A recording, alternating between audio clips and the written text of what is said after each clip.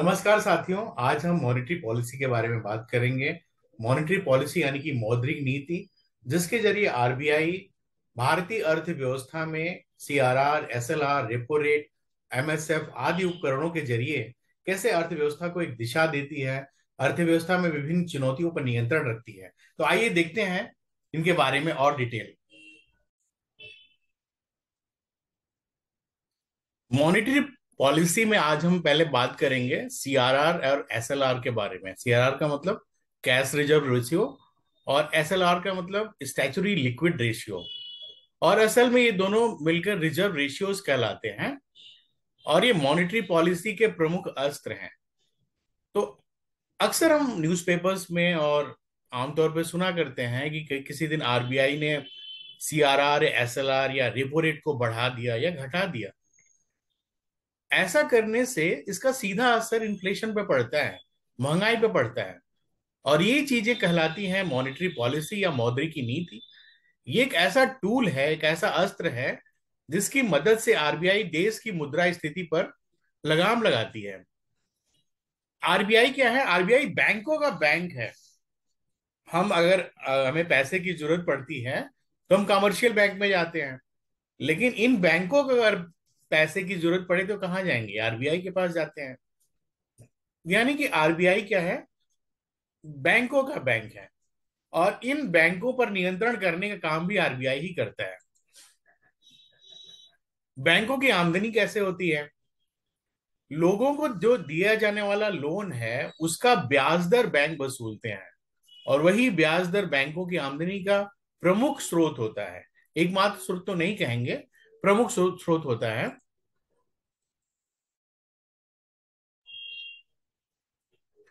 आजकल जैसे मान लीजिए हमें कई भी सामान अगर खरीदना पड़ता है तो आप देखते हैं कि ईएमआई के रूप में हमें बहुत सारी वस्तुएं मिल जाती हैं। तो इस ईएमआई से क्या होता है? बैंकों को फायदा होता है। मान लीजिए आपने 12,000 रुपये में कोई फ्रिज या रेफ्रिजरेटर खरीदा और ईएमआई के रूप में कुल 16,000 रुपये का भुगतान किया। तो ये जो एक्स्ट्रा 3,000 रुपये आपने बैंक को दिया, वही बैंक की आमदनी कहलाई। तो बैंकों की आमदनी ऐसे ही होती है। तो पहले अगर अगर हम सीआरआर और एसएलआर की बात करें, उसके पहले जरूरी है कि हम आपको बताएं कि एनडीटीएल क्या होता है। सीआरआर और एसएलआर को जानने के पहले एनडीटीएल के बारे में जानना ज्यादा जरूरी है आपको। एनडीटीएल, एनडीटीएल का मतलब net deposit and time liability. Net deposit and time liability थोड़ा सा अंडरलाइन भी करता जरूर, ताकि जो बच्चे पहली बार मॉनेटरी पॉलिसी पढ़ रहे हैं उसको समझ भी सकें। एनडीटीएल का मतलब net demand, net deposit and time liability, ये होता है एनडीटीएल। तो बैंकों के पास जो भी पैसा होता है वो पैसा उनका तो होता नहीं है, वो पैसा होता है जनता का। आप अगर बैंक में जाएंगे तो कुछ पैसा जमा करेंगे ना, तो जो पैसा आप जमा करते हैं ये सारी चीजें जो हैं बैंकों के पास एनडीटीएल के रूप में कहलाती हैं, net deposit and time liability. तो नेट डिपॉजिट का मतलब कुल कितना जमा है, और टाइम लायबिलिटी का मतलब कितना लौटाना है। तो ये हुआ एनडीटीएल का बेसिक डिफिनीशन। तो डिमांड और टाइम लायबिलिटी, इसको लायबिलिटी क्यों कहते हैं? लायबिलिटी का मतलब जिम्मेदारी, या कहते हैं बोझ। तो बोझ क्यों होता है? डिपॉजिटर या जमाकर्ता जो भी है, जो ग्राहक है, अगर बैंक के पास जो भी पैसा जमा करता है वो भले ही ग्राहक के लिए एसेट हो, लेकिन बैंकों के लिए वो एक लायबिलिटी है। लायबिलिटी इसलिए है कि बैंक को वो मूलधन भी वापस करना है और ब्याज भी देना है। तो ये दो चीजें बैंक को वापस करना है, मूलधन वापस करना है और ब्याज वापस करना है। तो एक तरह की लायबिलिटी हुई। इस लायबिलिटी के दो हिस्से हैं। पहला लायबिलिटी कहलाती है डिमांड लायबिलिटी और दूसरा है टाइम लायबिलिटी। तो डिमांड लायबिलिटी के क्या उदाहरण है? Current account, saving account, demand draft, ये सब डिमांड लायबिलिटी के उदाहरण है। जब भी ग्राहक को मन करेगा वो बैंक जाएगा, इस पैसे को वापस ले लेगा और बैंकों को देना ही होगा, ये उनकी जिम्मेदारी है। और टाइम लायबिलिटी के क्या उदाहरण है? फिक्स डिपॉजिट, रिकरिंग डिपॉजिट, इनके साथ टाइम की सर जुड़ी होती है। फिक्स डिपॉजिट आपने मान लीजिए 1 साल के लिए एफडी जमा कर दिया, आपने 3 साल के लिए जमा किया, आपने 5 साल के लिए जमा किया। रेकरिंग डिपॉजिट, आप हर महीने कुछ पैसा जमा करते हैं। मान लीजिए 5 साल की रेकरिंग किया आपने और 1,000 रुपए की रेकरिंग है हर महीने की, तो आप बैंक जाएंगे और हर महीने 1,000 रुपये जमा करेंगे, और 5 साल बाद उस जब भी जाएंगे आपको बैंक को पैसा देना पड़ेगा। एक और टाइम लाइबिलिटी है unbreakable FD. And unbreakable FD ये एक दूसरे तरह की टाइम लाइबिलिटी है, और साल 2015 में आरबीआई ने अनब्रेकेबल एफडी की अवधारणा दी थी। इसमें क्या है, ग्राहक एक निश्चित समय के पहले एफडी ब्रेक नहीं कर सकते। मतलब अगर 5 साल की अनब्रेकेबल एफडी है, तो 5 साल के पहले इसको नहीं तोड़ सकते, तोड़ ही नहीं सकते। इसमें पूरी कंडीशन लगी होती है, और इसमें ग्राहकों को काफी ब्याज दर मिलता है। अनब्रेकेबल एफडी एक इंटरेस्टिंग सा एमसीक्यू है, आपके यूपीएससी में एक बार पूछा गया है, ये बड़ा इंटरेस्टिंग एमसीक्यू है। देखिए आपकी स्क्रीन पर मैंने लिखा है, पढ़िए इसको, क्या एमसीक्यू है। टाइम लाइबिलिटी जो है डिमांड लाइबिलिटी से हमेशा अधिक होती है। टाइम लाइबिलिटी डिमांड लाइबिलिटी से हमेशा अधिक होती है। तो डिमांड लाइबिलिटी मैंने बताया, करंट अकाउंट, सेविंग अकाउंट, ये सब डिमांड लाइबिलिटी है। इस पर ब्याज दर कितना होता है, मुश्किल से 2%, या कभी कुछ बैंक 2 से 3% की बीज देते हैं। लेकिन जो टाइम लाइबिलिटी होती है, इस पर ब्याज दर कई बार 7% तक मिलता है। तो आपकी हमारी हम ग्राहक के रूप में हमारी मानसिकता क्या होती है, हम वहां पैसा जमा करेंगे जहां हमें ज्यादा इंटरेस्ट मिलता हो। तो ज्यादा इंटरेस्ट हमें टाइम लाइबिलिटी में मिलता है, यानी कि टाइम लाइबिलिटी में हम ज्यादा जमा करेंगे, एफडी में ज्यादा जमा करेंगे, रिकरिंग में जमा करेंगे, सेविंग अकाउंट में हम कम पैसा रखेंगे। और इसीलिए टाइम लाइबिलिटी डिमांड लाइबिलिटी से हमेशा अधिक होती है। वन लाइनर क्वेश्चन एक बार आया है आपकी परीक्षा में। 18 नवंबर 2022 को आरबीआई के मुताबिक जो डिमांड लाइबिलिटी ऑफ बैंक्स है, ये 20.5 लाख करोड़ रुपए रहा है, और टाइम लाइबिलिटी है 152 लाख करोड़ रुपए, लगभग 7 गुना ज्यादा है। ठीक है, तो ये हुआ टाइम लाइबिलिटी और डिमांड लाइबिलिटी के बारे में एक बेसिक सा कंसेप्ट। आइए एनडीटीएल को थोड़ा सा और समझते हैं। मान लीजिए एक्सिस बैंक है, और एक्सिस बैंक में ग्राहकों ने लगभग 220 करोड़ रुपए जमा किए, और अगले दिन लगभग मान लीजिए 1 लाख ग्राहक हैं एक्सिस बैंक के, मान लीजिए, और 1 लाख ग्राहकों ने मिलकर एक्सिस बैंक में 220 करोड़ रुपए जमा किए, और अगले दिन ही 20 करोड़ रुपए निकाल दिए। तो कितना बचा एक्सिस बैंक के पास, 200 करोड़ रुपए बचा। ये जो 200 करोड़ रुपए बचा है एक्सिस बैंक के पास, यही है इसका एनडीटीएल, यही है इसका net deposit and time liability. तो अब आपने एनडीटीएल समझ लिया, अब हम समझते हैं सीआरआर और एसएलआर की बेसिक अवधारणा क्या है। बैंकों के पास अगर पैसा अधिक है, मतलब पैसे को क्या कहते हैं, लिक्विडिटी कहते हैं, पैसे को लिक्विडिटी या तरलता कहते हैं। जो भी नकद राशि है, जो भी नकद पैसा है, उसी को लिक्विडिटी या तरलता कहते हैं। नकद राशि यानी कैश, कैश को ही हम लिक्विडिटी या तरलता कहेंगे। और बैंकों के पास पैसा अगर अधिक है, तो क्या करेंगे बैंक, ग्राहकों को ज्यादा से ज्यादा पैसा देने के लिए आकर्षित करेंगे, नई नई स्कीम्स लॉन्च करेंगे, कुछ फ्री फ्री सेवाओं की भी आजकल बात हो रही है। गोल्ड, गोल्ड का आकर्षण हमारे समाज में बहुत ज्यादा होता है, उस तरह की स्कीम में गोल्ड देंगे मुफ्त।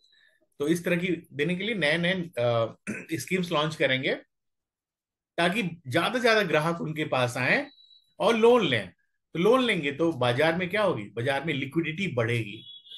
यही लिक्विडिटी ही सारी बदमाशी की जड़ होती है। जब लिक्विडिटी आपके हाथ में आएगी तो आप ज्यादा खर्च करेंगे, ज्यादा खर्च करेंगे तो ये पैदा करेगी इन्फ्लेशन, महंगाई पैदा करेगी।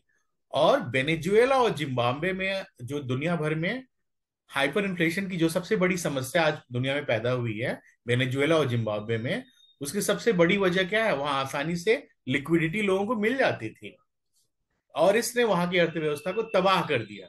यानी कि अगर लोगों के पास आसानी से तरलता होगी, आसानी से लिक्विडिटी अवेलेबल होगी, तो ये क्या करेंगे, ये इकोनॉमी को नुकसान पहुंचाएंगे।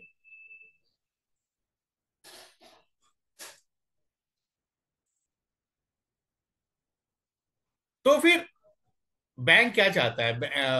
बैंक चाहता है कि, बैंक का मतलब आरबीआई, यहां आरबीआई की बात मैं कर रहा हूं। आरबीआई चाहता है कि बैंकों की एक सिक्योरिटी मनी उनके पास रहे, और ये काम करता है कैश रिजर्व रेशियो।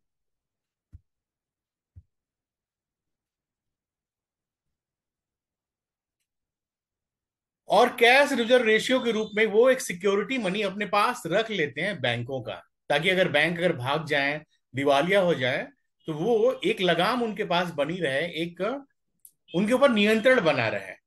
तो सीआरआर में, कैश रिजर्व रेशियो में, आरबीआई कहती है कि आपका जो एनडीटीएल है, आपका जो net deposit and time liability है, उसकी एक निश्चित मात्रा सिक्योरिटी मनी के रूप में आपको, मतलब बैंक को, आरबीआई के पास रखना पड़ेगा, सिक्योरिटी मनी के रूप में। यही सिक्योरिटी मनी है सीआरआर, कैश रिजर्व रेशियो। और चूंकि ये सिक्योरिटी मनी है, तो इसके बदले में आपको कोई ब्याज नहीं मिलेगा। याद रखिएगा, सीआरआर एक सिक्योरिटी मनी है, इसलिए इस सिक्योरिटी मनी के बदले में बैंक को कोई ब्याज नहीं मिलेगा। और इस समय सीआरआर, आज के दिन मतलब दिसंबर 2022 में, सीआरआर लगभग 4.5% है। अगर 4.5% सीआरआर हुआ, इसका मतलब क्या हुआ? एनडीटीएल का 95.95% पैसा बैंकों के पास बाजार में डालने के लिए अभी भी मौजूद है। 4.5% अगर चला गया तो कितना हुआ? 95.95% बचा। तो 95.95% पैसा उनके पास बाजार में डालने के लिए है। 95.95% राशि भी कम नहीं है। यह राशि भी आसानी से आपकी इकोनॉमी में लिक्विडिटी बढ़ा सकती है और महंगाई पैदा करने के लिए पर्याप्त है। तो बैंकों के ऊपर एक और लगाम रखा जाता है आरबीआई की तरफ से, और इस लगाम का नाम है एसएलआर, स्टैचुरी लिक्विड रेशियो। यानी कि ये भी एक पैसा है, और ये पैसा बैंकों को अपने पास ही रखना पड़ता है, और इतना पैसा बैंक बाजार में बिल्कुल नहीं ला सकते। और इस समय 18% है। तो 4.5% तो आरबीआई ने अपने पास रख लिया, और फिर 95.95% में से आरबीआई ने कहा कि जो 18% होगा, वो आप अपने पास ही बचा के रखेंगे, ये आपको किसी भी हालत में खर्च नहीं करना है। तो इससे क्या फायदा हुआ? अगर बैंक अपने एनडीटीएल का 18% एसएलआर के रूप में रखते हैं और 4.5% सीआरआर के रूप में रख लेते हैं, यानी कि 22.5% बैंक अपने कुल पैसे का खर्च ही नहीं कर सकते, बाजार में नहीं डाल सकते। तो ये जो एसएलआर है, बैंकों को आपात स्थिति में या जब बहुत जरूरत होगी बैंकों को धन की, वो कमी इसको को पूरा करेंगे एसएलआर। सीआरआर का अधिकार बैंकों को कैसे दिया गया? भारतीय रिजर्व बैंक की अधिनियम 1934 की धारा 42(1) के तहत सभी शेड्यूल्स बैंक को भारतीय रिजर्व बैंक के साथ एनडीटीएल का कुछ हिस्सा सीआरआर के रूप में बनाए रखना आवश्यक है। तो ये अधिनियम 1934 में ही बनाया दिया गया था, और इस अधिनियम के तहत बैंकों को सीआरआर के रूप में एक सिक्योरिटी मनी आरबीआई के पास रखना अनिवार्य हुआ।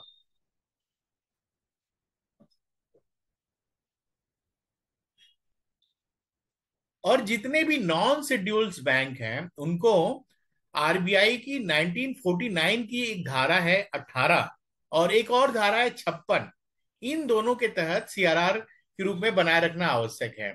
तो क्या मैंने बताया, जो शेड्यूल्ड बैंक हैं उनके लिए 1934 का अधिनियम बनाया गया था, और जो नॉन शेड्यूल्ड बैंक हैं उनके लिए 1949 का अधिनियम है। तो इन दोनों अधिनियम का जो सन है वो आपको याद रखना है। तो फिर आप यहां पे समझिए कि 18% एसएलआर का मतलब है कि बैंक एनडीटीएल का 18% लिक्विड एसेट के रूप में रखेंगे। लिक्विड एसेट, तो लिक्विड एसेट के क्या उदाहरण है? नकद पैसा, गोल्ड, आरबीआई अप्रूव सिक्योरिटीज, जिसमें कि गवर्नमेंट सिक्योरिटीज, जीसेक इसको लिखते हैं, ट्रेजरी बिल आता है, और दूसरी अलग कंपनियों के डिबेंचर। इसको लिक्विड एसेट क्यों बोलते हैं? लिक्विड एसेट का मतलब बहुत आसानी से इनको आप बाजार में भुना सकते हैं, इनके बदले में नकद पैसा तो आसानी से ये पूरा कैश के रूप में उपलब्ध है। गोल्ड को आप आसानी से भुना सकते हैं। इसके अलावा जो आरबीआई अप्रूव सिक्योरिटीज है उनको भी आसानी से आप पैसे में कन्वर्ट कर सकते हैं। इसीलिए इनको लिक्विड एसेट कहा जाता है। इनको आसानी से लिक्विड में बदला जा सकता है, इसीलिए ये लिक्विड एसेट है।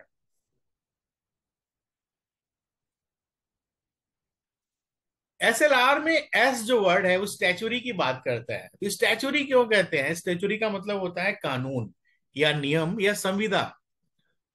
इसलिए कहते हैं कि 1949 का जो अधिनियम था, एक कानून बनाया गया, इसके लिए खास तौर पे कानून बनाया गया।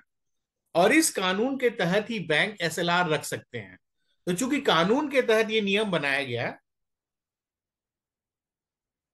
और इस नियम के तहत लिक्विडिटी रखने का अधिकार दिया गया, इसीलिए इसको स्टैचुरी लिक्विडिटी लिक्विड रेशियो कहते हैं।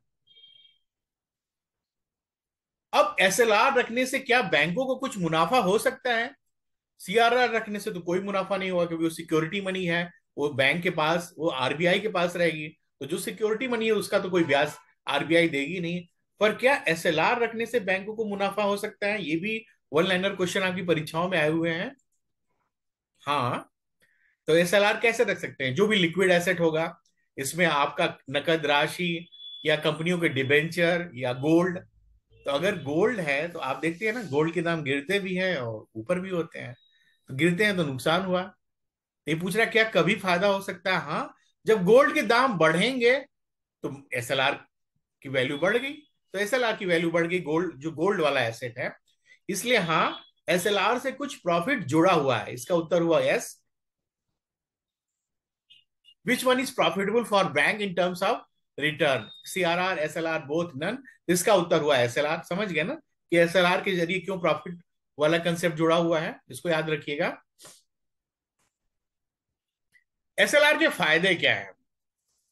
सबसे बड़ा फायदा ये है कि अगर एसएलआर ना हो, अगर ये 18% की शर्त ना हो बैंकों के ऊपर, तो बैंकों को तो अपना सारा पैसा डिपॉजिटर्स को देना है, ग्राहकों को देना है, क्योंकि इसके बदले उनको ब्याज मिलेगा। और यही बैंकों को, ये जो ब्याज है, यही बैंकों के मुनाफा का सबसे बड़ा स्रोत होता है। और इससे बैंक आगे आगे बढ़ते हैं, उनकी इकोनॉमी आगे बढ़ती है, उनका इंफ्रास्ट्रक्चर की जरूरतें पूरी होती हैं। तो अगर एसएलआर वाली शर्त ना आरबीआई इनके ऊपर रखे, तो सारा पैसा तो डिपॉजिटर्स को दे देंगे।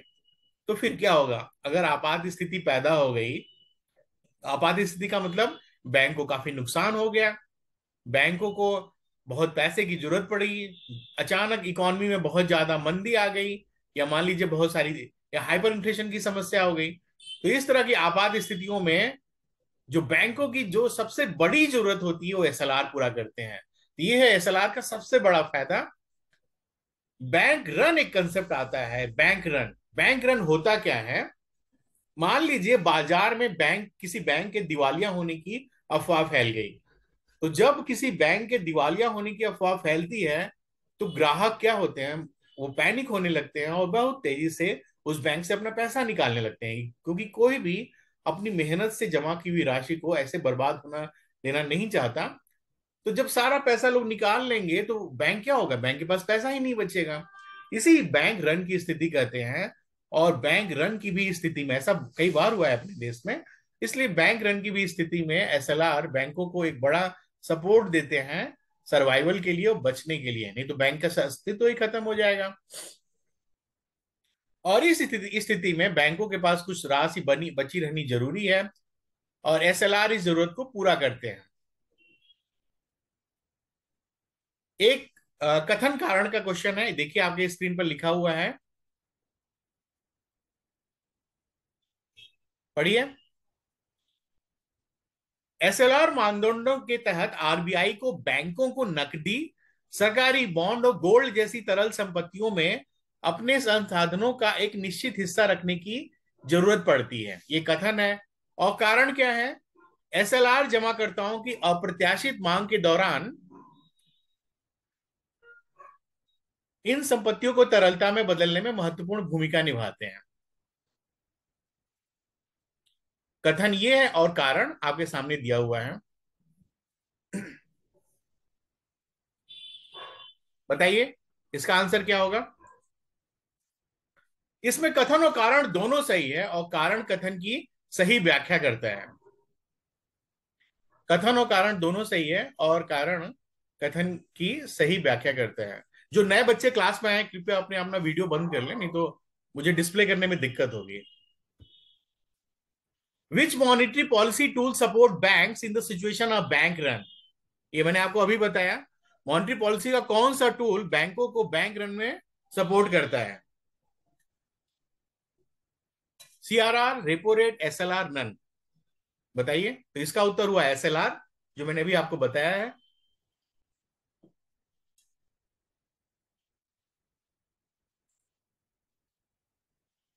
ये कंसेप्ट है स्प्रेड। स्प्रेड क्या होता है?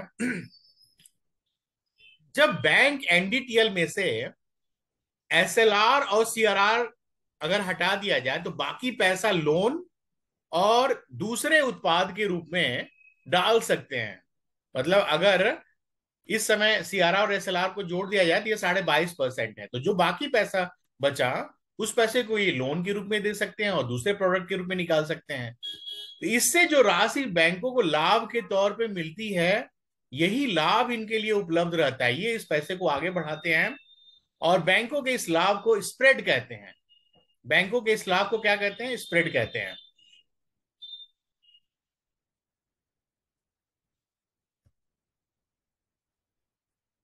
सीआरआर और एसआरआर में बेसिक डिफरेंस क्या है, इसको जरा देखते हैं। सीआरआर का जो भी पैसा होगा वो क्या होगा? वो कैश के रूप में उपलब्ध होगा, याद रखिएगा इसको। और एसएलआर का जो पैसा होगा वो लिक्विड एसेट के रूप में उपलब्ध होगा। लिक्विड एसेट का मतलब कैश भी रहेगा, वो गोल्ड भी हो सकता है, अप्रूव सिक्योरिटीज भी हो सकती हैं। जो सीआरआर होता है वो देश में मॉनेटरी स्टेबिलिटी को रेगुलेट करता है। और ये क्या करता है? जो एसएलआर होता है, जो बैंकों का क्रेडिट एक्सपेंशन की आदत है, उसको लिवरेज करता है। सीआरआर का क्या इस्तेमाल है कि अगर इकोनॉमी में एक्सेस अमाउंट ऑफ जो मनी है उसको कंट्रोल किया जाए, ज्यादा पैसा बाजार में नहीं आने दिया जाए। और एसएलआर का फायदा क्या है कि बैंकों की सॉल्वेंसी को मेंटेन करता है, बैंकों को सर्वाइवल के लिए उचित तरलता प्रदान करता है। सीआरआर आरबीआई मेंटेन करते हैं, और एसएलआर खुद बैंक को अपना मेंटेन करना पड़ता है। जो सीआरआर है कैश और कैश इक्विवेलेंट्स के रूप में होता है, और एसएलआर लिक्विड एसेट्स के रूप में होता है। सीआरआर में बैंक को कुछ भी रिटर्न नहीं मिलता है, लेकिन एसएलआर में बैंकों को इंटरेस्ट मिल सकता है। अगर जैसे गोल्ड के दाम बढ़े, तो ऐसी स्थितियों में ये ये वैल्यू बढ़ सकती है। नरसिंहम समिति की सिफारिशें क्या थी? नरसिंहम समिति ने क्या क्या क्या कहा था, इसको जरा देखते हैं।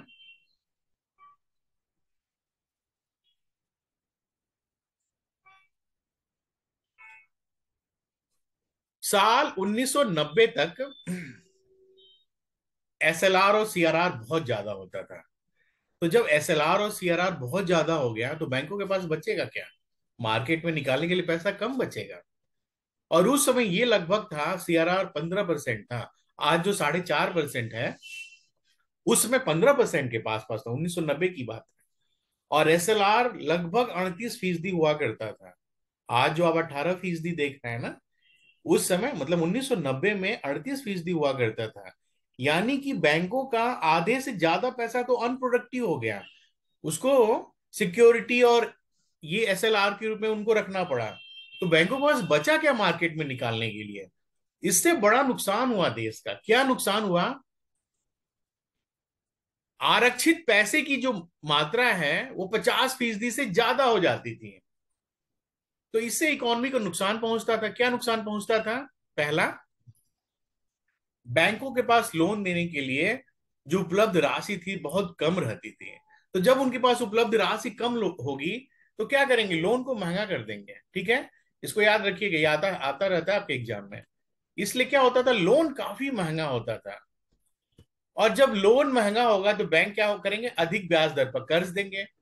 मान लीजिए अगर आपको कोई व्यापार करना है, तो आप कर्ज लेने जाएंगे, तो आपको कर्ज आप कम लेंगे, क्योंकि इतना ब्याज देना पड़ेगा, इतना इंटरेस्ट देना पड़ेगा। तो आप कम कर्ज लेंगे, छोटी राशि लेंगे। छोटी राशि लेंगे तो अगर आप एंटरप्रेन्योर हैं, उद्यमी हैं, तो आप अपने उद्यम को एक्सपैंड नहीं कर पाएंगे। आपका बिजनेस एक्सपेंशन नहीं हो पाएगा। अगर आपका बिजनेस एक्सपैंड नहीं होगा तो क्या होगा? रोजगार ही नहीं बढ़ेगा इकोनॉमी में। रोजगार नहीं बढ़ेगा तो देश की इकोनॉमी क्या होगी? ग्रो नहीं करेगी, आपका जीडीपी कम होगा, आपका ग्रोथ रेट कम होगा। यानी कि आप सोचिए कितना बड़ा नुकसान हो रहा था सीआरआर एसएलआर इतना ज्यादा रखने से।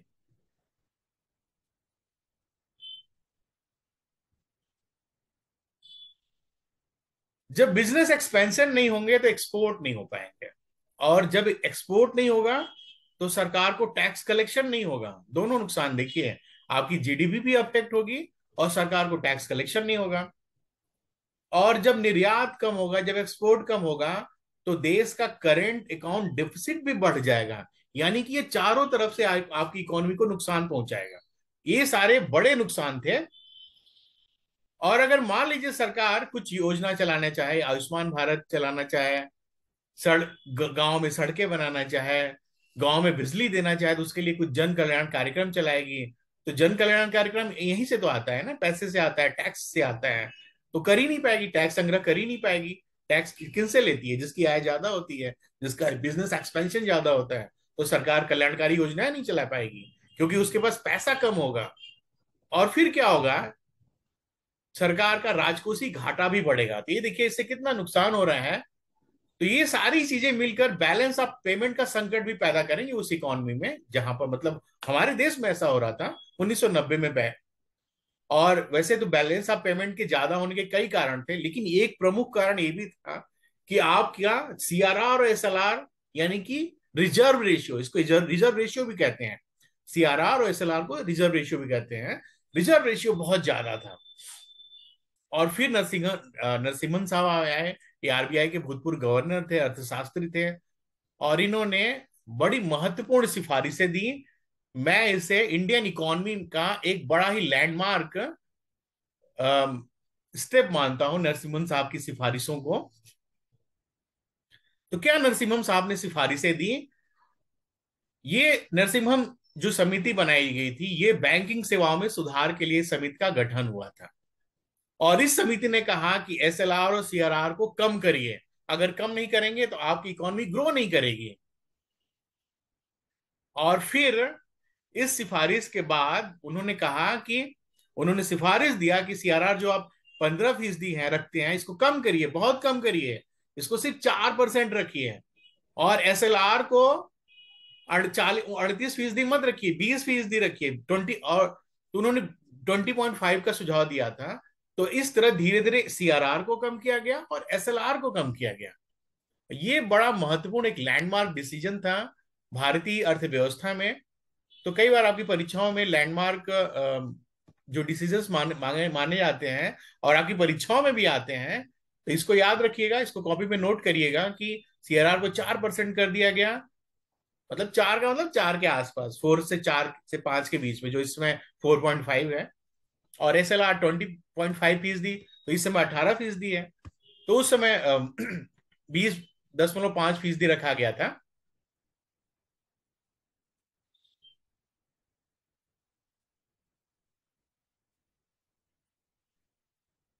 तो इस बॉक्स को देखिए, जरा ध्यान से देखिए कि जब नरसिम्हन साहब थे 1991 में, उस समय सीआरआर 15% था और एसएलआर था 38.5%।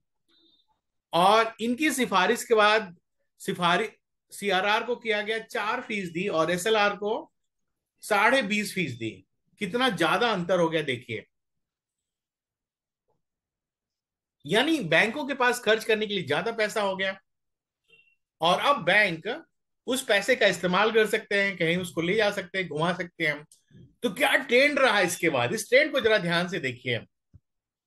इस सिफारिश के बाद आपके देश में सीआरआर और एसएलआर का क्या ट्रेंड रहा उसको देखिए। 1990 में लगभग 15% था, और 1999 में 9% हो गया। साल 2000 में इसको 1% कम किया गया, 8% हो गया। 2009 में 5% किया गया। 2014 में 6% हो गया। और 2014 में 4% किया गया, और आज लगभग 4.5% है। तो 2010 में 6% क्यों किया गया, थोड़ा सा ज्यादा क्यों किया गया? तो 1990 से लगातार कम किया गया और 2010 में थोड़ा सा बढ़ाया गया, ताकि बैंक रन की स्थिति से निपटा जा सके। क्योंकि अधिक सीआरआर का मतलब है कम मनी सप्लाई, और जब कम मनी सप्लाई होगी, अधिक सीआरआर का मतलब कम मनी सप्लाई है, और कम सीआरआर का मतलब है अधिक मनी सप्लाई। तो ये चीजें मुद्रास्फीति को भी कंट्रोल करते हैं। तो 2010 में इस स्थिति को ध्यान में रखा गया।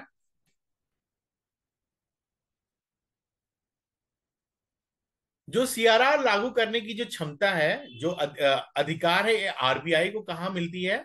आरबीआई को आरबीआई एक्ट से मिलती है। आरबीआई को आरबीआई एक्ट से मिलती है। और इसके मुताबिक, इस आरबीआई एक्ट के मुताबिक, सीआरआर 20% से अधिक नहीं हो सकता, और 3% से कम नहीं हो सकता। इसको याद रखिएगा। आरबीआई एक्ट के मुताबिक 30%, 3% से कम नहीं होता हो सकता।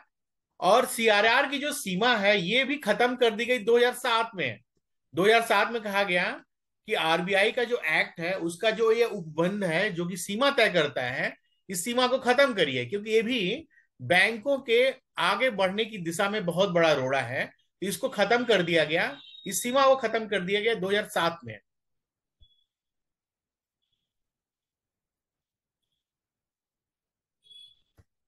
आप देखिए, इस क्वेश्चन को लिखिएगा अपने कॉपी में। साल 1990 के पहले भारतीय अर्थव्यवस्था में अधिक रिजर्व रेशियो के तर्क को समझाते हुए बताएं कि इसने अर्थव्यवस्था में क्या समस्याएं पैदा हुई, और इस संदर्भ में नरसिम्हन समिति की सुझाव क्या है।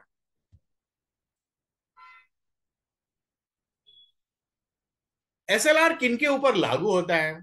सभी प्रकार के बैंकों के ऊपर लागू होता है, जो कि कॉमर्शियल और जिला कोऑपरेटिव बैंक है। जिला कोऑपरेटिव बैंक का मतलब सेंट्रल कोऑपरेटिव बैंक, इनके ऊपर लागू होता है। और किन के ऊपर लागू नहीं होता है? जो गांव में काम करने वाली प्राइमरी एग्रीकल्चर कोऑपरेटिव सोसाइटीज होती हैं, इनके ऊपर एसएलआर लागू नहीं होता है। इसमें कॉमर्शियल बैंक की अभी मैंने बात किया, तो कॉमर्शियल बैंक कौन है, इनके नाम जरा देखिए। स्टेट बैंक ऑफ इंडिया जो एसबीआई है वो कॉमर्शियल बैंक है। आप एचडीएफसी का नाम बहुत सुनते हैं आजकल, वो भी एक कॉमर्शियल बैंक है। आईसीआईसीआई बैंक जो है वो एक कॉमर्शियल बैंक है। देना बैंक, कॉरपोरेशन बैंक, ये सारे क्या है, कॉमर्शियल बैंकों के उदाहरण है। नरसिम्हन समिति की सिफारिशों के बाद एसएलआर को 0.2 फीसदी तक हर तिमाही में कम करने का लक्ष्य रखा गया। अभी तो आपने सीआरआर को कम करने का लक्ष्य देखा था, अब एसएलआर की कहानी सुनिए। एसएलआर को 0.25 फीसदी तक हर तिमाही में कम करने का लक्ष्य रखा गया, तिमाही में। और ऐसा करते हुए 2015 से लेकर मार्च 2007 तक हर तिमाही में एसएलआर को घटाकर 20.5 फीसदी रखने का लक्ष्य रखा गया। ये देखिए। तो आप देखिए, 1991 में 38.5 फीसदी था, 2015 में 22% किया गया, और 2015 में, और इसके बाद लगातार ये यहाँ पे 21.5 फीसदी, और यहाँ से 0.25% कम किया गया लगातार। और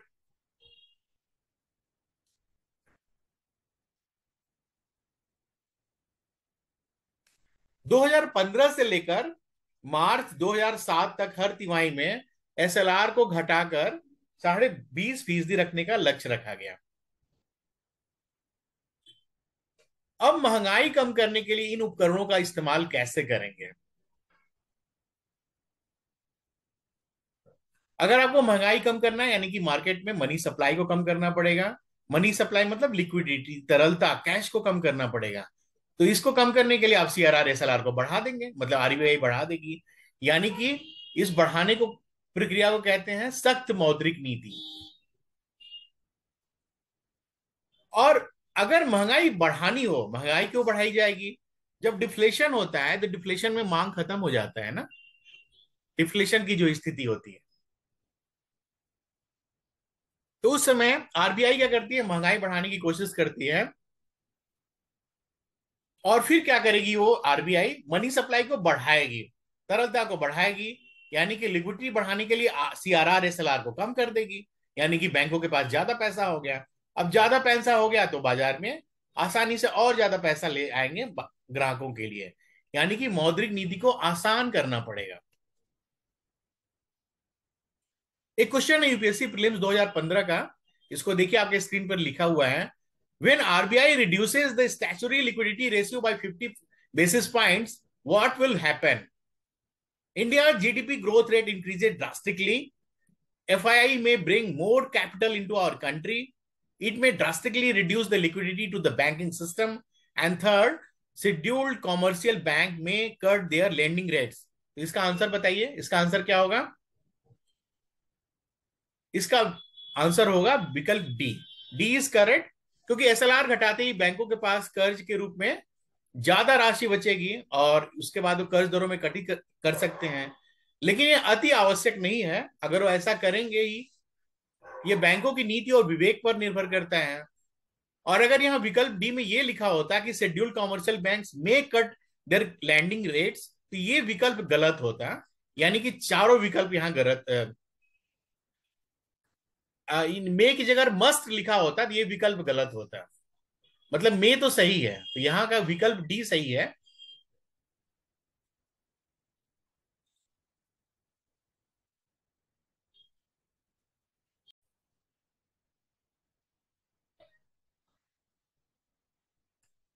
एक और क्वेश्चन है, उसको देखते हैं कि ये कथन और कारण पर क्वेश्चन है। Money lenders reduce the desired effect of monetary policy. मतलब मनी लेंडर्स की वजह से मॉनेटरी पॉलिसी का जो लक्ष्य है वो कम हो जाता है, जो साहूकार है उनकी वजह से। कथन ऐसा कह रहा है। और कारण क्या है? Money lenders are not required to maintain CRR and SLR. कथन है, कारण है। इसमें कथन और कारण दोनों सही है, और कारण कथन की सही व्याख्या करता है। क्योंकि जो मनी लेंडर्स होते हैं, जो साहूकार हैं, उन पर सीआरआर और एसएलआर रखने का दबाव नहीं होता है। और ये क्या करते हैं, सरकार की मौद्रिक नीति की जो प्रभावशीलता है उसको कमजोर कर देते हैं। इसलिए सरकार की कोशिश होती है कि जनता ज्यादा से ज्यादा बैंकों तक जनता का एक्सेस हो, और लोग ये जो इनफॉर्मल सिस्टम है ऋण का, मतलब साहूकारों वाला जो सिस्टम है वो खत्म हो, और लोगों तक बैंकिंग सेवाएं ज्यादा पहुंचे। और यही है फाइनेंशियल इंक्लूजन का लक्ष्य। जो वित्तीय समावेशन है वो इसी की बात करता है कि समाज के हर एक तबके तक बैंकों की पहुंच हो। और जब हर किसी की बैंकों तक पहुंच होगी, तो लोग ऋण ले सकेंगे, अपनी जरूरत को पूरा कर सकेंगे, और अपने विकास को, अपनी तरक्की को एक दिशा दे सकेंगे। और इसीलिए सरकार ने जनधन खाता वाली योजना चलाई कि हर किसी का बैंक में अकाउंट हो, और ये योजना काफी सफल रही इस देश में। आइए बात करते हैं रेपो रेट और रिवर्स रेपो रेट के बारे में। रेपो रेट और रिवर्स रेपो रेट। तो रेपो रेट क्या है?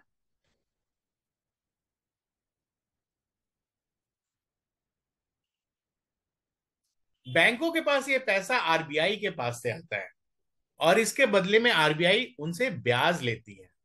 इसी ब्याज दर को रेपो रेट कहते हैं। यानी कि रेपो रेट वो दर है जिस पर किसी देश का, मतलब यहाँ पे भारत का केंद्रीय बैंक आरबीआई, किसी भी तरह की धनराशि की कमी होने पर कॉमर्शियल बैंकों को धन देता है।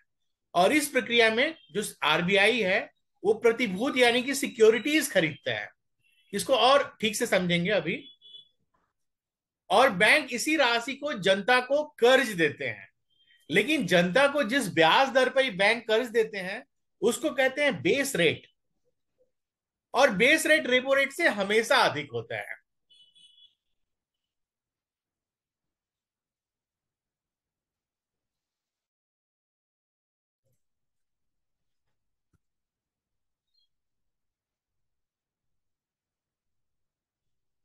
मान लीजिए रेपो रेट 4% है, और एक एक हाइपोथेटिकल एग्जांपल है आपके सामने। जो क्रिकेटर ऋषभ पंत हैं वो 2 लाख रुपए कर्ज लेना चाहते हैं, और इसके लिए बैंक ऑफ बड़ौदा में लोन के लिए जाते हैं। और बैंक ने उनको 8% के दर से लोन दिया। तो ये जो 8% होगा वो बेस रेट कहलाएगा, और रेपो रेट यहाँ पे 4% है। तो ये रेपो रेट और बेस रेट में थोड़ा सा अंतर मैंने आपको बताया। तो फिर इसका प्रभाव क्या पड़ेगा इकोनॉमी में, ये देखिए। लोन लेने के बाद रिजर्व के पास 2 लाख रुपए नकद आ गए। यह नकद राशि ही तरलता कहलाती है, और यह तरलता ही बाजार में अधिक मांग पैदा करती है, जो आगे चलकर मुद्रास्फीति को जन्म देती है। और देखिए, तरलता यानी कि पैसे का एक बड़ा ही मनोवैज्ञानिक पहलू है, और बड़ा ही रोचक सा पहलू क्या है कि जब आपके पास पैसा आ जाता है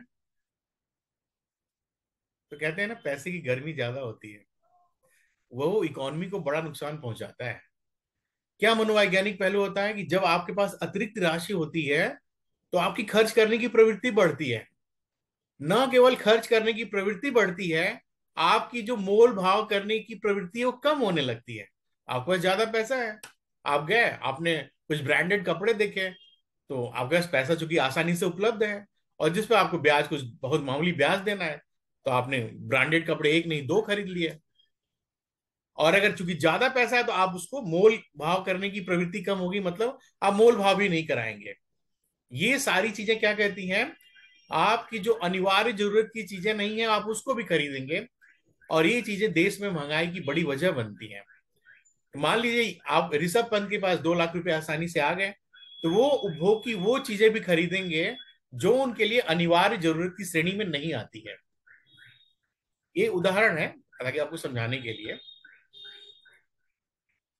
तो मान लीजिए ऋषभ पंत जो है 25,000 रुपए के ब्रांडेड जूते खरीदते हैं, और इसी तरह बाकी लोग चूंकि ऋषभ पंत को फॉलो करते हैं, ऋषभ एक सफल क्रिकेट प्लेयर है, तो उनको देखकर बाकी लोग भी ब्रांडेड जूते ज्यादा संख्या में खरीदते हैं, क्योंकि पैसा अब आसानी से कम ब्याज दर पे मिल जा रहा है, आसानी से लोन मिल जा रहा है।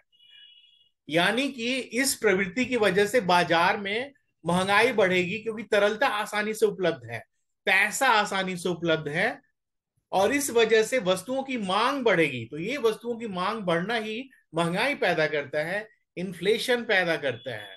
लिक्विडिटी, तरलता की अधिकता आपकी अर्थव्यवस्था में महंगाई पैदा करती है, आपकी अर्थव्यवस्था के लिए बड़ी नुकसानदेह है।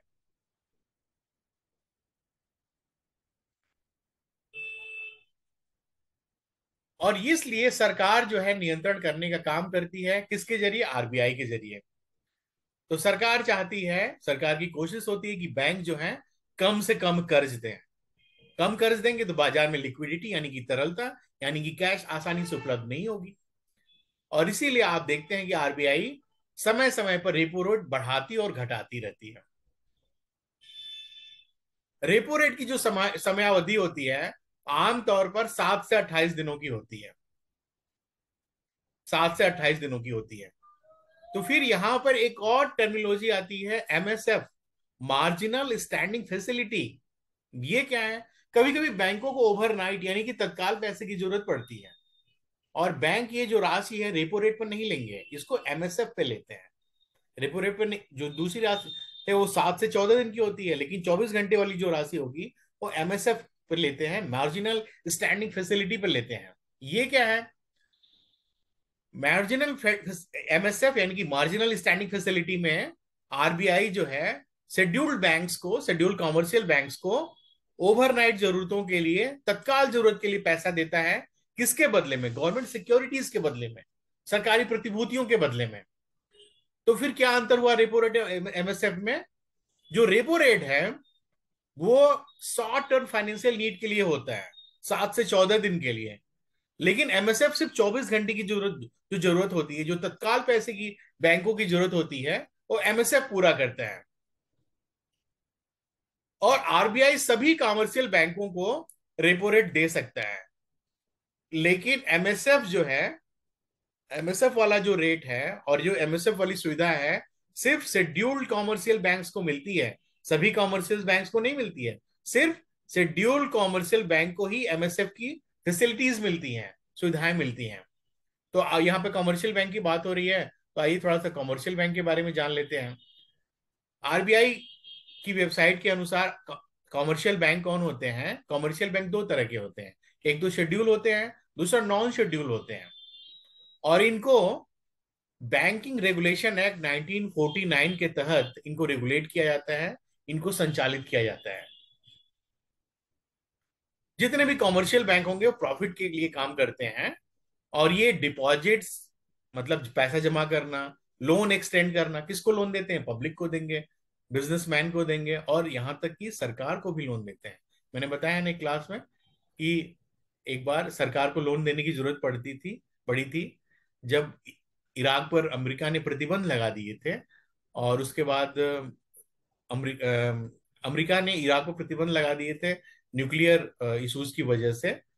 तो भारत डॉलर में पैसे नहीं खरीद पा रहा था, क्योंकि प्रतिबंध लगा दिया था अमेरिका ने डॉलर से जुड़ी हुई। तो भारत की सरकार को बहुत पैसे की जरूरत थी, तो भारत ने डोमेस्टिक बैंक से पैसा उधार लिया, और फिर अपनी जरूरत का तेल इराक से खरीदा। तो सरकार को भी पैसे की जरूरत पड़ती है, और सरकार को ये कॉमर्शियल बैंक उधार देते हैं। आइए रेपो रेट, एमएसएफ और बेस रेट को थोड़ा और समझते हैं। अभी थोड़ा सा इंट्रोडक्शन मैंने आपको बताया। जब आरबीआई बैंकों को सिर्फ एक दिन का कर्ज देती है, 24 घंटे का कर्ज देती है, तो वो है आपका एमएसएफ। वो क्या है आपका? एमएसएफ। 24 घंटे का जो कर्ज है, जो सिर्फ एक दिन का कर्ज है, वही कहलाएगा, वो ब्याज दर कहलाएगा, मार्जिनल स्टैंडिंग फैसिलिटी कहलाएगी। और जब आरबीआई बैंकों को औसत 7 दिन के लिए कर्ज देता है, तो ब्याज दर रेपो रेट कहलाती है। ठीक है। और 14 दिन से अधिक के लिए जो बैंक जिस ब्याज दर पर कर्ज लेते हैं, उसे बैंक रेट कहते हैं। तो ये अंतर हुआ एमएसएफ, रेपो रेट और बैंक रेट में।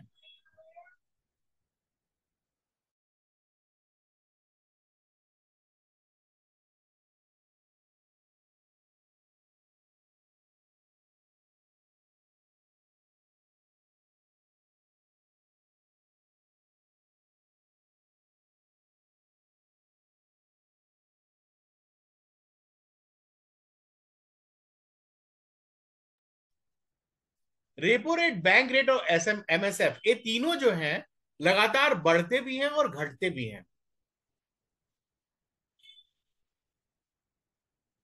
आपकी परीक्षा में कुछ जनरल क्वेश्चंस आते हैं, उसको जरा समझ लीजिए। जो अति अल्पकालीन ब्याज दर जो एक दिन के लिए लिया जाता है, वो ब्याज दर क्या है? वो है एमएसएफ, अति अल्पकालीन ब्याज दर।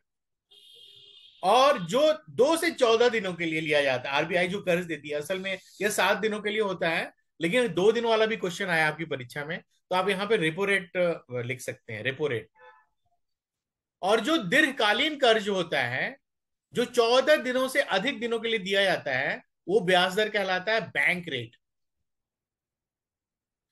तो फिर आम जनता को जो कर्ज मिलता है, वो किस दर पे मिलता है? इसको ध्यान से सुनिएगा। आपको पैसा रेपो रेट पे मिलेगा, बैंक रेट पे मिलेगा, या फिर किसी और रेट पे मिलेगा? बहुत इंटरेस्टिंग सा है। आम जनता को जो कर्ज मिलता है, उसको कहते हैं प्राइम लेंडिंग रेट। आम जनता को जो कर्ज मिलता है, वो मिलता है प्राइम लेंडिंग रेट पर। और ये वो वह ब्याज दर है जिस पर बैंक ग्राहकों को कर्ज देती है।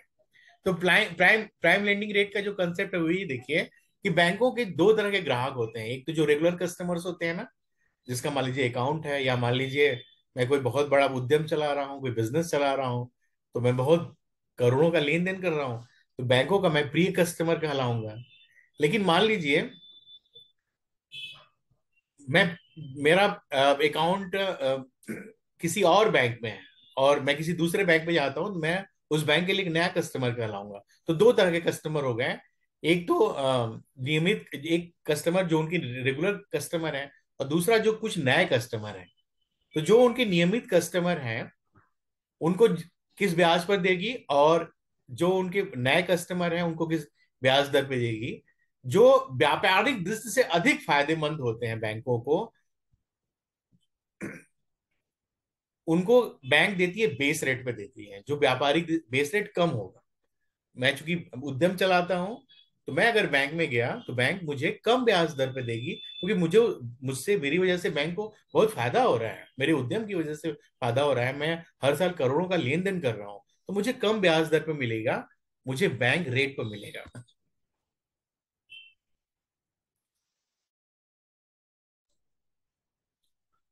जो नए ग्राहक होंगे, उनको फिर बैंक क्या, किस कर्ज पर, किस दर पे देगी? कम, उस ज्यादा दर पे देगी। नया ग्राहक है तो उससे कोई फायदा है नहीं। तो उनको जो ब्याज दर होगा उनके लिए ज्यादा ब्याज दर होगा। इस ज्यादा ब्याज दर को कहेंगे prime prime lending rate, primary lending rate, PLR. तो पीएलआर और बेस रेट में अंतर क्या हुआ? मान लीजिए आपका खाता कोटक महिंद्रा बैंक में है, आप लोन के लिए एचडीएफसी बैंक में जाते हैं, तो एचडीएफसी के लिए आप नए ग्राहक माने जाएंगे और आपको मिलेगा कर्ज ज्यादा दर पे मिलेगा, और ये कर्ज दर कहलाएगी प्राइमरी लेंडिंग रेट, पीएलआर। ठीक है। लेकिन वहीं अगर आप कोटक महिंद्रा बैंक में जाते हैं, और चूंकि आप एक उद्यम चलाते हैं, आपकी छवि अच्छी है, तो आप जो कर्ज पाएंगे वो कम दर पे पाएंगे, आप बेस रेट पर कर्ज पाएंगे। ठीक है। तो ये अंतर हुआ बेस रेट और प्राइमरी लेंडिंग रेट में। इसको ठीक से समझिएगा। जो फेवरेट कस्टमर है उसको बेस रेट पर मिलेगा, जो नया कस्टमर है जिससे कम फायदा है, बैंक उसको प्राइमरी लेंडिंग रेट पर देगा। ठीक है। और यहां पर रेपो रेट को मत क्लैश करिएगा। आइए रिवर्स रेपो रेट की बात करते हैं। कभी कभी बैंकों के पास अतिरिक्त पैसा आ जाता है। मान लीजिए शनिवार या रविवार को बैंकों की छुट्टियां होती हैं, और कभी कभी छुट्टियां लगातार होती हैं, कोई त्योहार आ गया या मान लीजिए कोई हॉलीडे आ गया, नेशनल हॉलीडे। तो इन छुट्टियों में बैंकों का जो पैसा होगा वो बैंक किसी को नहीं दे पाएंगे, यानी कि बैंकों के लिए वो पैसा अनप्रोडक्टिव है। और बैंकों के दिनों उसमें ग्राहक आते भी नहीं है। उस समय क्या करता है बैंक? रिजर्व बैंक को पैसा वापस दे देता है, और रिजर्व बैंक को वो पैसा वापस लेना ही होता है। तो ये जो ब्याज दर होगा इसको कहेंगे रिवर्स रेपो रेट, और ये रेपो रेट से हमेशा कम होगा। क्यों क्यों कम होगा?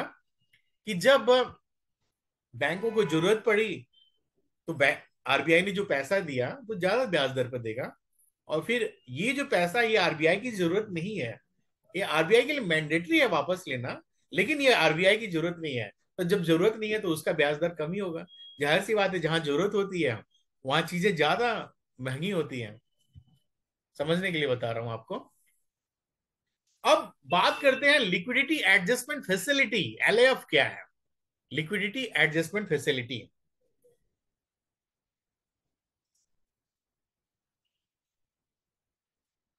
रेपो रेट को साल 2000 से liquidity adjustment facility repo rate, LAF repo rate के नाम से जाने जाते हैं। मतलब आपका जो रेपो रेट है वही रेपो रेट कहलाता है liquidity adjustment facility, LAF repo rate. ठीक है।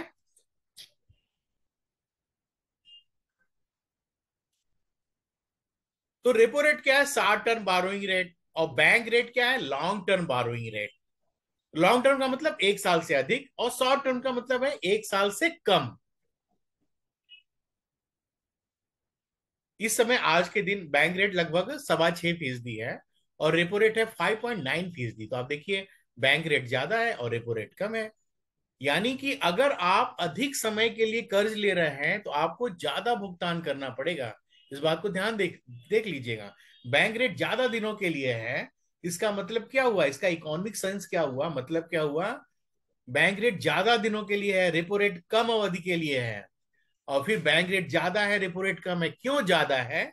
इसलिए ज्यादा है कि आप अधिक समय के लिए कर्ज ले रहे हैं। अधिक समय के लिए कर्ज लेंगे तो आप बैंकों को अधिक भुगतान करना पड़ेगा। बैंक रेट की खास बात यह है कि बैंकों को इस ब्याज दर पर कर्ज देते समय आरबीआई के पास इसके लिए कोई भी गिरवी नहीं रखना पड़ता है, जबकि रेपो रेट में कोलेट्रल रखना पड़ता है, सिक्योरिटीज रखनी पड़ती है आरबीआई के पास। तो यहां पर एक बड़ा ही रोचक तथ्य आपके सामने आता है। वो क्या है?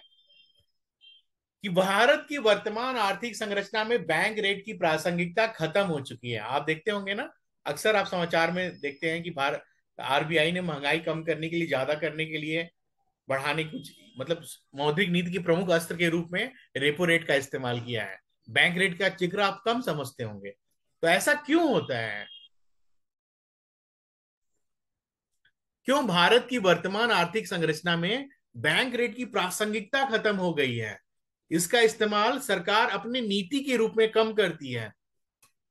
तो मतलब पॉलिसी रेट के रूप में कम करती है। पॉलिसी रेट सिर्फ रेपो रेट है, बैंक रेट नहीं है।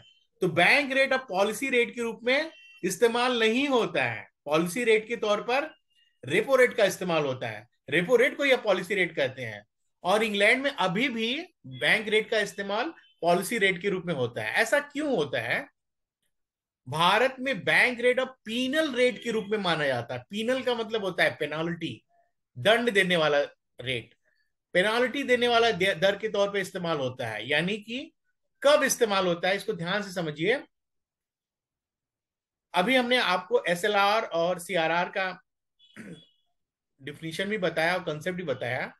मतलब अगर कोई बैंक आरबीआई के द्वारा निर्धारित एसएलआर दर के बराबर रिजर्व रेशियो नहीं रखता है, तो आरबीआई उस बैंक के ऊपर बैंक रेट प्लस 3% या बैंक रेट प्लस 5% का दंड लगाएगी, पेनाल्टी लगाएगी। इसी पेनाल्टी को इसी पेनाल्टी का इस्तेमाल जो है सरकार या यानी कि आरबीआई बैंक रेट का के रूप में कर रही है।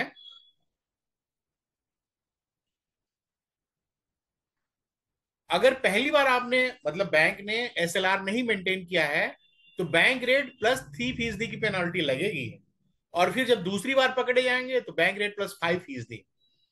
फिर आपके दिमाग में आएगा फिर तीसरी बार पकड़े जाएंगे। तीसरी बार पकड़े जाएंगे तो ज्यादा, अभी तो एक डंडे से मार पड़ रही है ना, तीसरी बार सरकार कहेगी कि हम आपका लाइसेंस रद्द कर देंगे, आरबीआई। तो तीसरी बार वाला बात ही नहीं आएगा, 2 बार में ही मामला सुलट जाएगा। अभी क्वेश्चन लिखिए अपनी कॉपी में और इसको लिख के दिखाइए। भारत की वर्तमान आर्थिक संरचना में बैंक रेट की प्रासंगिकता खत्म हो चुकी है। इस कथन के आलोक में उन स्थितियों का उल्लेख करें जिनके कारण आरबीआई को अभी भी इस दर की घोषणा करनी पड़ती है। Bank rate has lost its relevance in the present economic structure of India. In the light of this statement, mention the situation due to which RBI still has to announce this rate. अब repo rate क्यों कहते हैं इसको? Repo का मतलब होता है repurchasing option. तो इतना भारी भरकम नाम क्यों रखते हैं? क्यों रीपर्चेजिंग ऑप्शन कहते हैं? इसका मतलब समझिए, मतलब यही है रेपो रेट के पीछे का कहानी। मान लीजिए किसी आरबीआई के किसी ग्राहक को किसी तरह का कम अवधि का कर्ज चाहिए, तो इसमें आरबीआई के ग्राहक कौन होंगे? हर तरह के बैंक शामिल होंगे। इसमें सरकारी बैंक, निजी बैंक, एनबीएफसी, इसके अलावा केंद्र और राज्य सरकार भी आरबीआई के ग्राहक हैं। और लोन लेने के लिए इनके पास जो गवर्नमेंट सिक्योरिटीज होगी वो इनको बेचना पड़ेगा। आप अगर आप लोन लेने जाएंगे तो बदले में आपको कुछ गिरवी रखना पड़ेगा ना, कुछ बेचना पड़ेगा ना।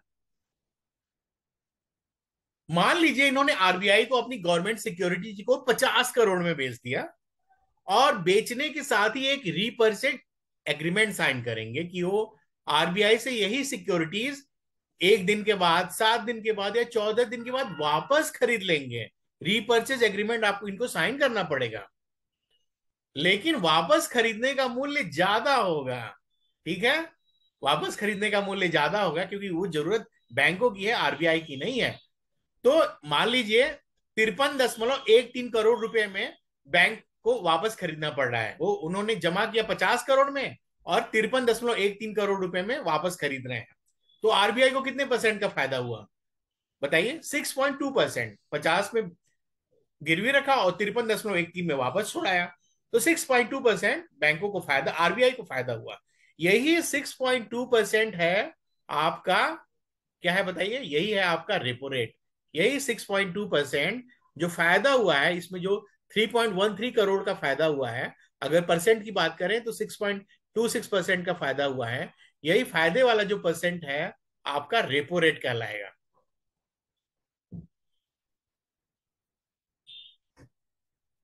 रिपर्चेजिंग ऑप्शन के बारे में कुछ और कंसेप्ट देखते हैं।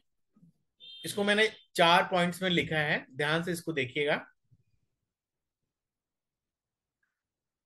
रेपो रेट वो दर है जिस पर आरबीआई के ग्राहक कम अवधि का कर्ज लेते हैं और इसके लिए उनको गवर्नमेंट सिक्योरिटीज को गिरवी के रूप में रखना पड़ता है। कोलेटरल बोलते हैं, गिरवी वर्ड ही नहीं यूज करते हैं, कोलेटरल के रूप में। मैं तो आपको समझाने के लिए वर्ड यूज कर दिया।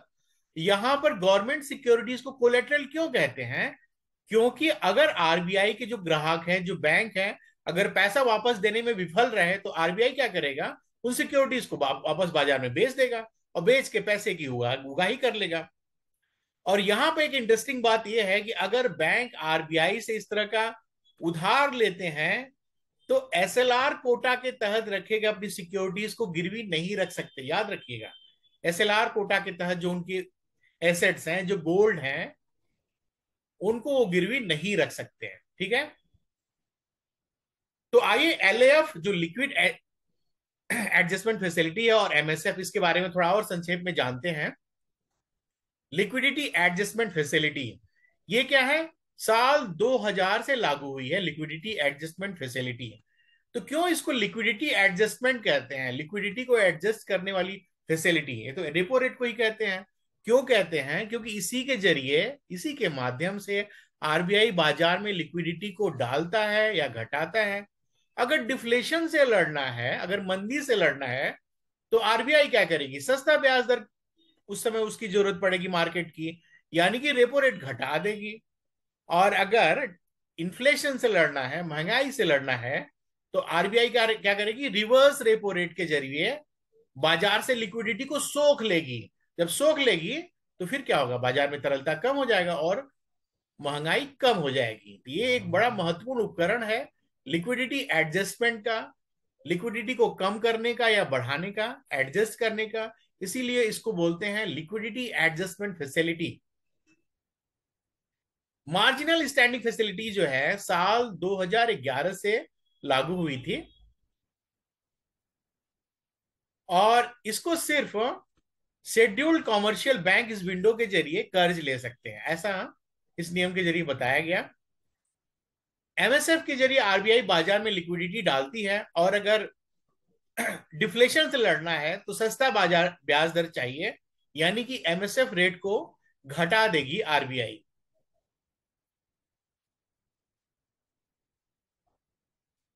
तो फिर पॉलिसी कॉरिडोर क्या है, इसको जरा ध्यान से देखते हैं। देखिए, ये जो कॉरिडोर बना है ना, ये कॉरिडोर आप देख रहे हैं, इस कॉरिडोर पर ही सरकार पॉलिसी डिसाइड कर रही है। ये जो एक कॉरिडोर पूरा बन गया, ये आप देख रहे हैं ना, पूरा एक कॉरिडोर बन गया। ये कॉरिडोर बन गया, किसका कॉरिडोर बन गया? एमएसएफ रेट का बना। रिवर्स रेपो रेट और रेपो रेट, इनकी मदद से सरकार पॉलिसी डिसाइड कर रही है और घटा या बढ़ा रही है। तो जो रिवर्स रेपो रेट है, पॉलिसी रेपो रेट, जो रेपो रेट है उससे 25% यहाँ पे कम होगा, और रेपो रेट से 25 बेसिस पॉइंट ज्यादा होगा आपका एमएसएफ रेट। जो पॉलिसी कॉरिडोर है, ये इसके बीच का जो एरिया है ना, रिवर्स रेपो रेट और एमएसएफ, इसी को पॉलिसी रेपो रेट कहते हैं। Reverse repo rate will be the lowest of the policy rates, whereas marginal standing facilities will be the upper ceiling with the higher rate, that is the repo rate। और जो MSF rate है और reverse repo rate है, ये ये determine करते हैं corridor को for the daily movement in the weightage average call money rate. तो रेपो रेट और मार्जिनल स्टैंडिंग फैसिलिटी में क्या अंतर है?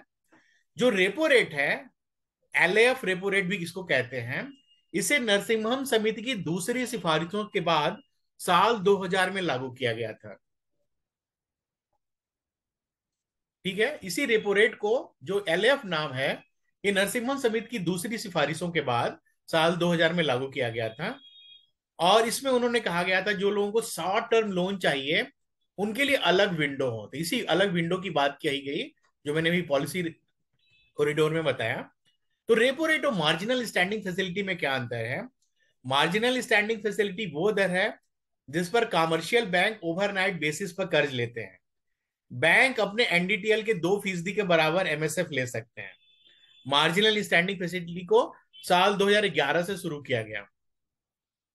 रेपो रेट के लिए आरबीआई का हर ग्राहक, यानी कि सभी बैंक या सभी ऐसे बैंकिंग निकाय जैसे एलआईसी, इसके अलावा सरकार, स्टेट, ये सब लोग इसके लिए एलिजिबल हैं। जबकि मार्जिनल स्टैंडिंग फैसिलिटी के लिए सिर्फ, याद रखिएगा, शेड्यूल्ड कॉमर्शियल बैंक्स एलिजिबल होते हैं। और अभी बताया गया था आरआरबी इसके लिए एलिजिबल नहीं है मार्जिनल स्टैंडिंग फैसिलिटी के लिए, लेकिन साल 2021 से इसमें थोड़ा सा बदलाव किया गया है। रेपो रेट के तहत जो कर्ज है वो न्यूनतम 5 करोड़ का कर्ज है, 5 करोड़ का कर्ज ले सकते हैं। जबकि मार्जिनल स्टैंडिंग फैसिलिटी के लिए सिर्फ 1.5 करोड़ का, 1.5 करोड़ का कर्ज ले सकते हैं।